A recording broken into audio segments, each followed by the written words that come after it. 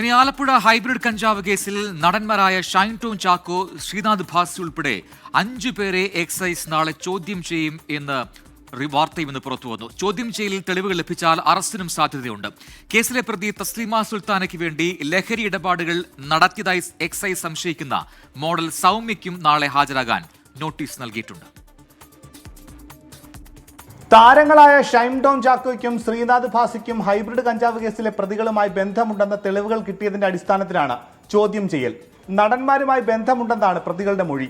ചില ഡിജിറ്റൽ തെളിവുകളും എക്സൈസിന് ലഭിച്ചിട്ടുണ്ട്. പ്രതി തസ്ലീമയും താരങ്ങളും തമ്മിലുള്ള ലഹരി ഇടപാടിൽ പാലക്കാട് സ്വദേശിയായ മോഡൽ സൗമ്യ ഇടനിലക്കാരിയാണോ എന്ന സംശയമുണ്ട്. ഇവരുടെ അക്കൗണ്ടിൽ നിന്ന് തസ്ലീമയുടെ അക്കൗണ്ടിലേക്ക് പലതവണ പണം വന്നതായി കണ്ടെത്തിയിരുന്നു. ഇത് താരങ്ങൾക്ക് ലഹരി വാങ്ങിയതിന്റെ പണമാണോ എന്നാണ് സംശയം.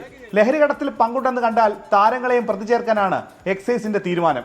ചോദ്യം ചെയ്യലിൽ തെളിവുകൾ ലഭിച്ചാൽ അറസ്റ്റിനും സാധ്യതയുണ്ട്. ബിഗ് ബോസ് താരം ജിൻഡോയ്ക്കും ഹാജരാകാൻ നോട്ടീസ് നൽകിയിട്ടുണ്ട്. ഇയാളും തസ്ലീമയും നടത്തിയ സാമ്പത്തിക ഇടപാടുകളിൽ വ്യക്തത വരുത്താനാണിത്. ഒപ്പം സിനിമ അണിയറ പ്രവർത്തകരിൽ ഒരാളെയും ചോദ്യം ചെയ്യും. 24 ആലപ്പുഴ.